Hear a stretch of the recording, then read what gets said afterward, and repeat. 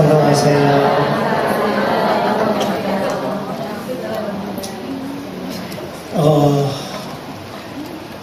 오늘도 점심시간에 어떤 집사님 제 옆에 앉으셔서 밥이 너무 잘 나와서 배가 나올 것 같답니다. 예, 우리 권사님들 수고가 참 많다는 걸 새삼 느낍니다. 그런데 저희 교회학교 10분 되시는 선생님들 대단히 수고가 많으십니다. 성경학교를 준비 중에 있습니다.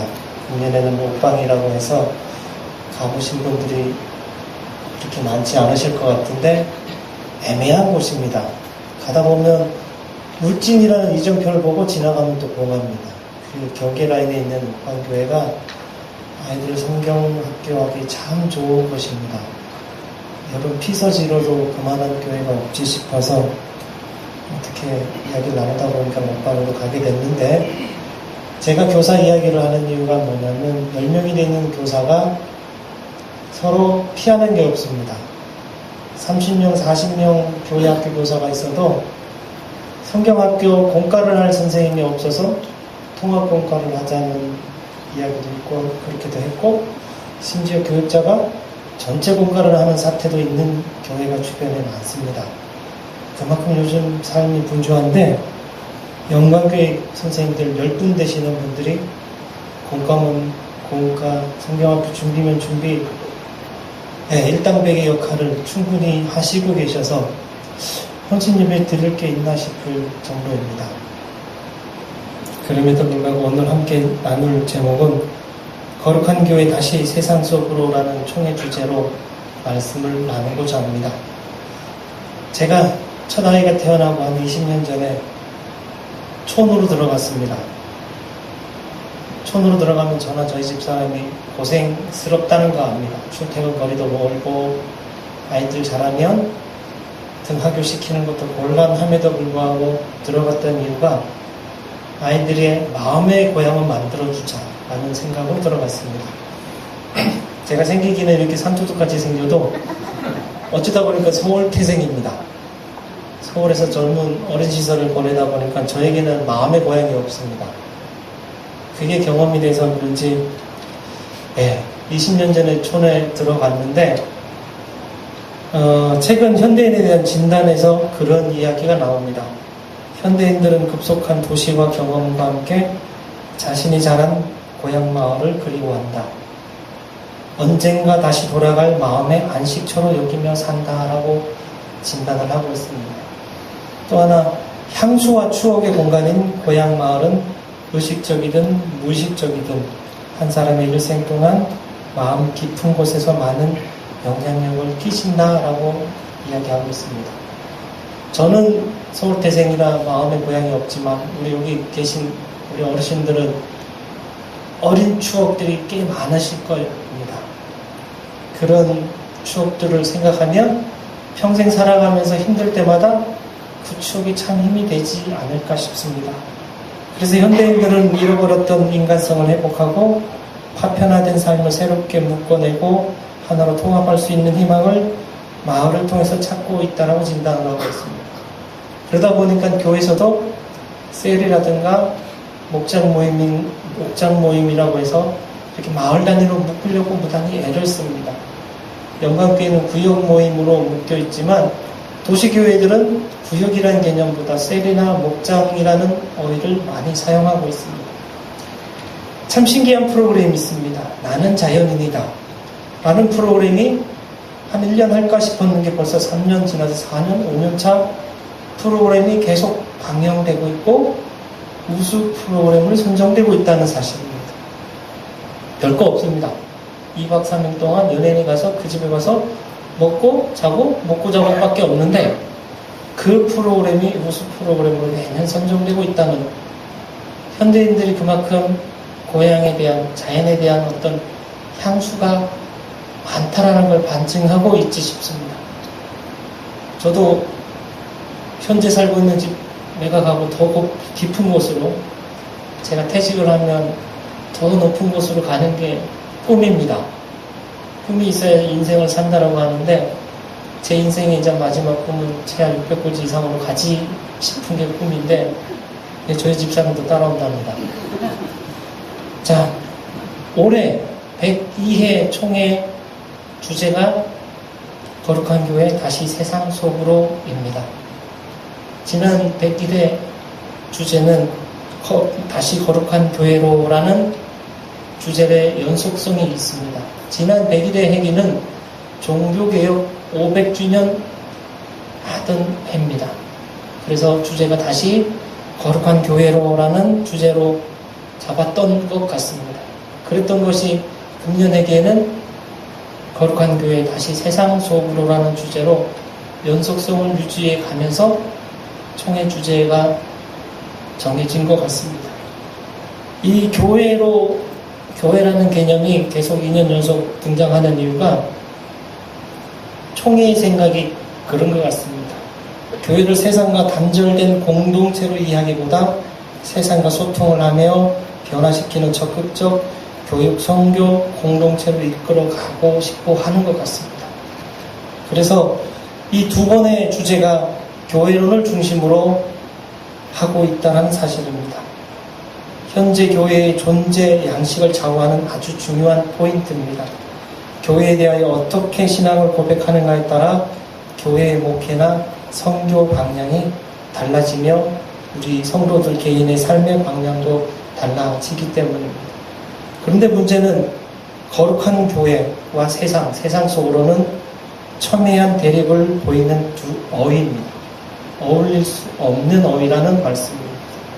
이런 두 어휘를 성경적이고 신학적인 정당성을 찾아보고자 하는 게 오늘 말씀입니다. 먼저 그리스도와 거룩한 교회에 대해서 살펴보겠습니다. 먼저 교회에 대해서 니케아 콘스탄티노플 신조가 381년에 제정됩니다. 우리는 하나님의 거룩한 보편적인 사도적인 교회를 믿는다라는 게 니케아 콘스탄티노플 신조입니다.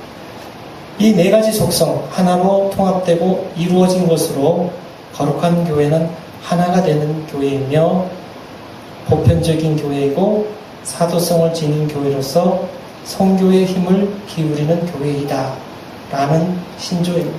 이게 신앙의 고백입니다. 그래서 이 거룩한 교회 잘 아실 겁니다. 거룩이라는 단어 늘 쓰십니다. 하나님께 속하면서 세상으로부터 구별된 상태를 말합니다. 이걸 다른 말로 구분, 구별, 선별이라고 합니다. 이 교회는 거룩하다라는 것에 대해서 요한일서 1장 7절에 보면 그가 빛 가운데 계신 것 같이 우리도 빛 가운데 행하면 우리가 서로 사귐이 있고 그 아들 예수의 피가 우리를 모든 죄에서 깨끗하게 하실 것이요 라고 해서 그리스도 십자가의 공로로 교회는 거룩하다 말씀하고 있습니다. 고린도전서 1장 30절을 보게 되면 너희는 하나님으로부터 나서 그리스도 예수 안에 있고 예수는 하나님으로부터 나와서 우리에게 지혜와 의로움과 거룩함과 구원함이 되셨으니 라고 말씀을 합니다. 그래서 교회는 거룩하다 이야기합니다. 또한 교회는 예수 그리스도의 몸이기에 거룩하다 말씀하십니다. 에베소서 1장 22절에서 23절에 보면 또 만물을 그의 발 아래 복종하게 하시고 그를 만물 위에 교회의 머리로 삼으셨느니라. 교회는 그의 몸이니 만물 안에서 만물을 충만하게 하시는 이에 충만함이니라 라고 말씀하면서 예수 그리스도의 몸이기에 거룩하다 말씀을 하고 있습니다. 그러면 두 번째로 거룩한 교회와 세상 속으로 한번 살펴보겠습니다. 교회와 세상의 관계를 리처드 리버라는 학자가 기독교와 문화의 관계로 5가지로 나눠서 설명을 하고 있습니다. 먼저 대립 모델입니다. 교회가 세상을 혐오하고 배척하는 형태의 모델입니다. 요한일서 2장 15절에 보면 세상을 닮지 말라라고 합니다. 이런 말씀을 근거로 해서 첫째로 대립 모델로 이야기를 하고 있고요. 두 번째는 19세기 자유주의 신학에서 문화적 기독교로 교회를 바라본 적이 있습니다. 이성과 합리성을 지나치게 추구한 나머지 교회가 세상의 문화와 일치를 추구하는 형태로 본 적도 있습니다. 세 번째로는 중세시대의 토마스 아퀴나스가 바라봤던 시각입니다. 세상의 문화와 교회 간의 일치를 추구하면서 교회의 위치를 세상의 문화 위에 설정하는 모델입니다.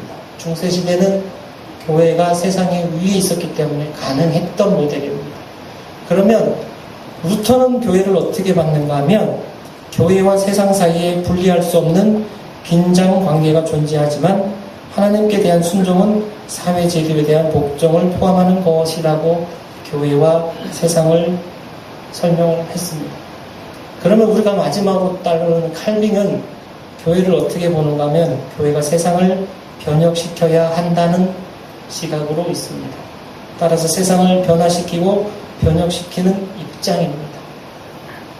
세 번째로 그렇다면 오늘 함께 읽은 말씀처럼 산 위로 올라가는 교회, 산 아래로 내려가는 교회 살펴보도록 하겠습니다. 교회는 산 위에서 거룩한 경험을 해야 한다고 합니다. 그 다음에 교회는 산 위의 변화와 거룩한 모습을 지니고 산 아래 사람들을 향하여야 한다 말씀하고 있습니다. 오늘 읽은 마태복음 17장 1절에 보면 예수님께서 제자 3명을 데리고 높은 산으로 올라가셨더니 라고 말씀은 하고 있습니다. 왜 높은 산일까 생각해 볼 수 있습니다. 땅과 하늘의 경계이고 물질적인 세계와 영적인 세계의 경계의 상징이라고 봅니다. 누가는 이러한 이 산에 오른 이유를 누가복음 9장 28절에 기도하기 위하여라고 누가복음에서는 말씀하고 있습니다. 2절에 보면 예수님께서 이 높은 산에 올라서 변화하는 모습, 변화산 사건을 보여주시고 있습니다. 해같이 빛나며 옷이 빛과 같이 휘어졌더라고 말씀을 하고 있습니다.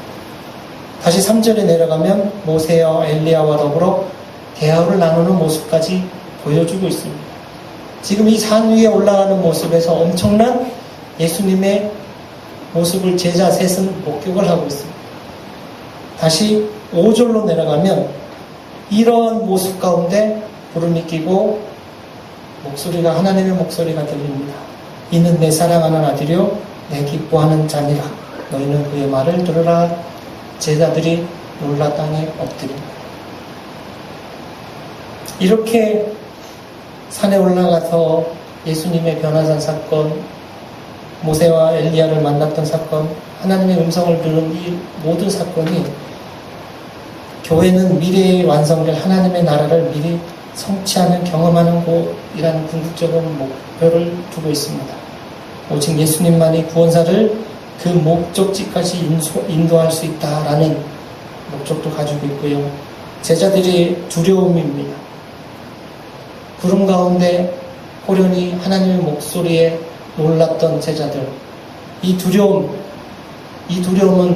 거룩은 두려움이다라고 이야기하고 있습니다. 하나님에 대한 두려움이 있어야 참 거룩하다라고 말씀을 하고 있습니다. 제자들이 만났던 하나님의 목소리와 예수님의 변화의 모습, 또 모세와 엘리야를 만났던 이 모든 사건이 한순간에 이루어집니다. 그렇지만 구절을 살펴보시면 오늘 읽어보지 않은 부분입니다. 다 같이 한번 읽어보겠습니다. 그들이 산에서 내려올 때에 예수께서 명하여 이르시되 인자가 죽은 자 가운데서 살아나기 전에는 본 것을 아무에게도 이르지 말라 하시니. 네, 제자들에게 변화산에서, 높은 산에서 있었던 사건을 예수님이 어떻게 하기 전에, 다시 살아나기 전에는 이야기하지 말라라고 말씀을 하고 있습니다. 이것은 뭐냐면 십자가의 고난에 초점을 두고 있다는 말씀입니다. 예수님이 이 놀라운 사건이 중요한 게 아니고 예수님이 십자가에 달리시고 3일 만에 부활하신 그 부활의 사건에 중심을 두라는 예수님의 말씀인 겁니다. 그런 위에 중요한 거는 뭐냐면 산에 내려와서 해야 될 일이 있다는 것. 사람을 만나고 고쳐주고 치유하는 사역을 하라는 말씀입니다. 이 모든 사건 속에서 중요한 것은 산 위에 올라가서 거룩한 삶을, 거룩한 경험을 했음에도 불구하고 거기에 있지 말라는 얘기입니다. 베드로가 초막을 지을까로까지 할 정도로 거기가 좋습니다라고 고백을 합니다. 그렇지만 예수님은 어떻게 하셔요? 세상 가운데 내려가라 말씀을 하시고 있습니다. 자, 말씀을 정리해 보려고 합니다. 지금 이 거룩한 교회 세상 속으로 우리 성경학교 아이들 주제는 거룩한 교회 세상의 빛으로라는 쪽으로 약간 완화시키고 있습니다. 이 전제에 깔린 건 뭐냐면 거룩한 교회라는 것은 거룩한 성도들이 모여 있다는 걸 전제하고 있습니다.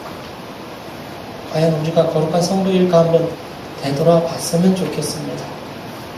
거룩한 성도들이 모여서 거룩한 교회가 돼야만 이 거룩한 교회가 세상 속으로 나아갈 수 있지 않을까 생각합니다.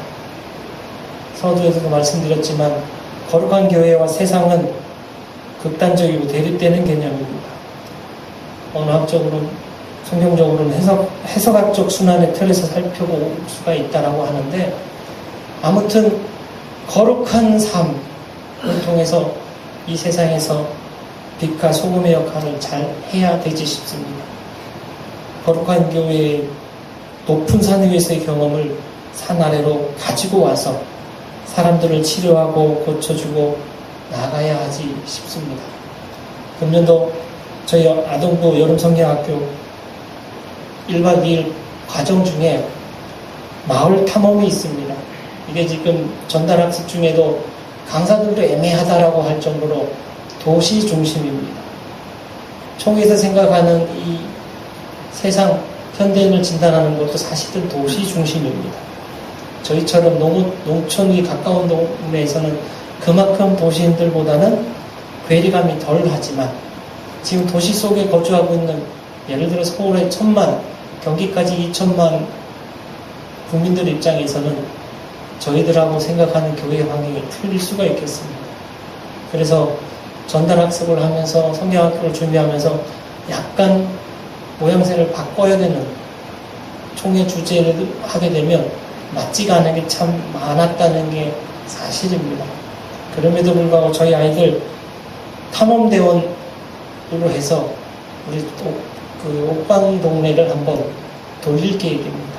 그렇게 해서 동네 사람들을 만나고 동네 어른들에게 자기 입술로 대화를 하고 더 나아가서 전도할 수 있는 그런 시간을 가졌으면 하는 생각입니다. 그렇게 아이들이 훈련을 하려고 합니다. 이게 예수님 따라 두루두루 세상을 살필 수 있는 주제에 맞는 것 같고요. 그렇게 해서 이렇게 경험하고 탐험하고 섬기고 복음을 전하면서 우리 친구들이 빛과 소금의 역할을 할 수 있기를 소망을 합니다. 그래서 우리 함께 지금 성경학교를 준비하는 선생님들이나 함께 예배드리는 우리 영광교회 모든 성도님들 세상을 치료하고 고쳐나가는 궁극적인 목적은 하나님 나라의 건설입니다. 그 다음에 교회는 하나님 나라의 전이대라고 말하고 있습니다. 그 전이대에 속해 있는 우리 성도님 개개인들 물론 다 거룩하십니다. 그럼에도 불구하고 현대교회는 그게 점점 희박해지고 있다라고 하는 게 진단입니다. 세상 속에 모범이 되지 않는 교회가 너무나 많이 눈에 띄고 있고 모범이 되지 않는 성도들이 자꾸 언론에 등장을 한다는 게 안타깝습니다. 그러나 분명한 사실은 그건 소수입니다. 영광교회를 비롯해서 이름 없이 빛 없이 하나님의 자녀답게 성도답게 거룩한 삶을 사는 성도들이 더 많다는 거 기억해 주시고 특별히 이번 27일, 28일 있을 여름성경학교 옥방에서 합니다. 우리 성도님들 27일 저녁에 한번 다녀가시면 한 좋은 곳이다라고 느끼실 수 있을 겁니다. 한번 오셔서 시원한 바람 한번 쐬시고 함께 우리 아이들 아동부하고 중고등부가 같이 분리가 되다 보니까 중고등부 프로그램 따로 아동부 프로그램 공과를 따로 준비를 해서 진행을 하고요. 특별히 이번에는 풍기 대청교회가 함께 동참을 합니다. 학생 수가 12명밖에 안 돼서 담당 전도사님이 포기하고 있던 차에 그러면 목방 같이 가자라고 했더니만 같이 하겠답니다. 문제는 우리 금권사님 걱정이 식당에 사람이 없답니다. 그 정도로 요즘 나이가 연세가 있어도 여유가 없는가 봅니다.